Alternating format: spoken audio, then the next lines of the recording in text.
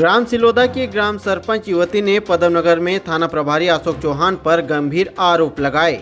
ग्राम सरपंच का कहना है कि 16 तारीख को रात्रि के समय ग्राम गोलजोशी में ग्राम सरपंच के जेठ की और दोस्तों की किसी बात को लेकर ढाबे पर लड़ाई हुई थी। मामले की शिकायत थाने में की गई, तभी पदमनगर थाना प्रभारी ने ग्राम सरपंच युवती के पति को शराब के झूठे केस में फंसाने की कोशिश की। इसके साथ ही उन्होंने कहा कि मेरा हाथ पकड़कर जोर से झटका दिया, मैं चाहती हूँ इसमें कार्रवाई हो।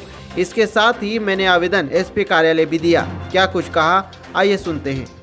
ये क्या मामला है और अभी तक इसमें क्या कार्रवाई हुई? जी सर, सबसे पहले नमस्कार। मैं ग्राम पंचायत सिलोदा सरपंच हूँ जी। एक्चुअली सर क्या हुआ था कि 16 तारीख को रात का समय था, मेरे जेठ की और उनके कुछ दोस्तों की लड़ाई हुई। मेरे गांव सिलोदा के पास में गांव है एक गोल जोशी, वहाँ के कुछ लड़कों ने उनसे मारपीट करी। ढाबे वाबे पे गए थे वो खाना वाना खाने, तो वहाँ पे उनसे मारपीट करी।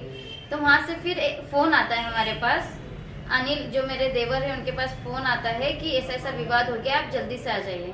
तो अनिल मेरे देवर, मेरे पति और 4-5 लोग गए उनको छुड़वाने के लिए।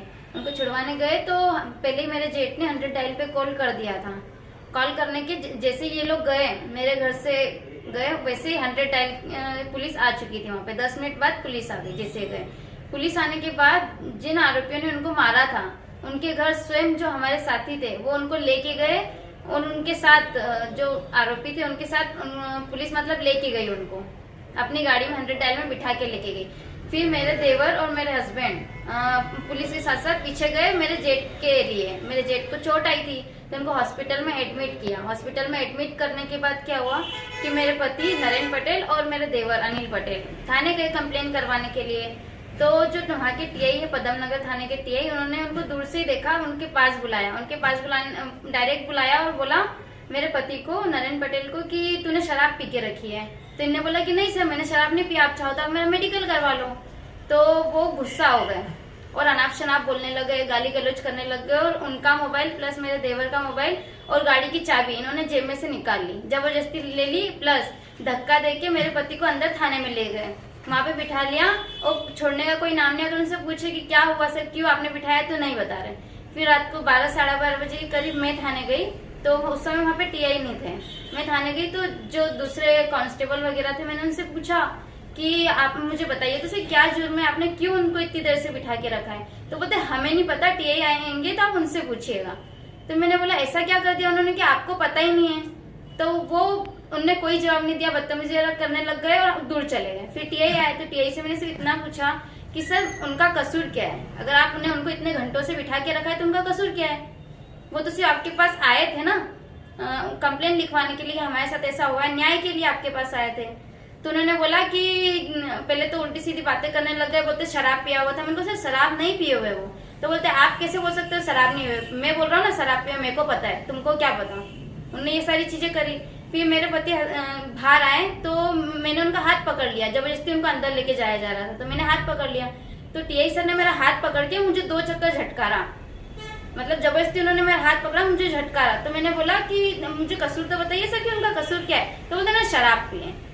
शराब पिए, चलो ठीक है, अगर आपने ऐसा केस भी बना दिया, उनका मेडिकल भी करवा लिया सर। लेकिन मेरे पति का कहना ये है कि अगर मेडिकल करवाया है तो उन डॉक्टर ने कोई जांच ही नहीं करी, डायरेक्टली बस पेपर पे लिख दिया। तो मेडिकल ऐसे होता है क्या? मतलब बिना मेडिकल के डॉक्टर ने पेपर पे लिख दिया।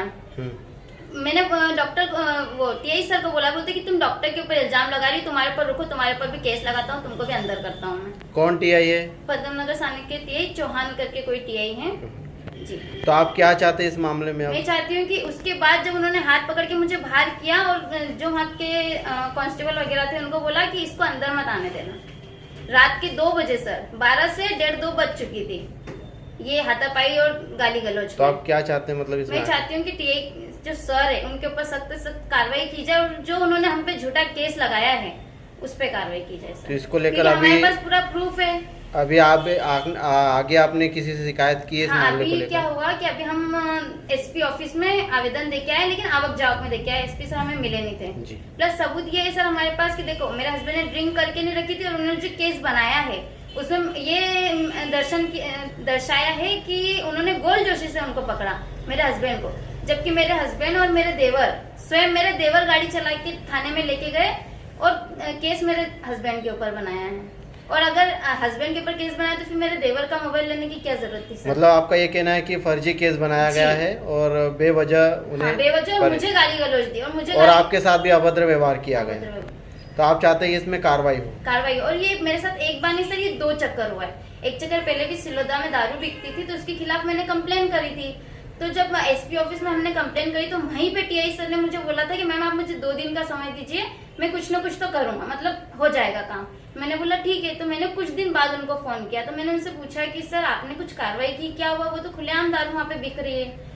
तो बोलते कि आपको बात करने का तमीज है, आपको पता है कि नहीं, डायरेक्ट आप भी नहीं बोला उन्हें, तू तुकारा ही चलने दिया। बोलते कि पता है कि किससे बात कर रही हो, पहले तो ये तमीज सी को बात करने का, ऐसा ऐसा उन्होंने बोला, फिर फोन काट दिया। उसके बाद उन्होंने कोई फोन नहीं उठाया।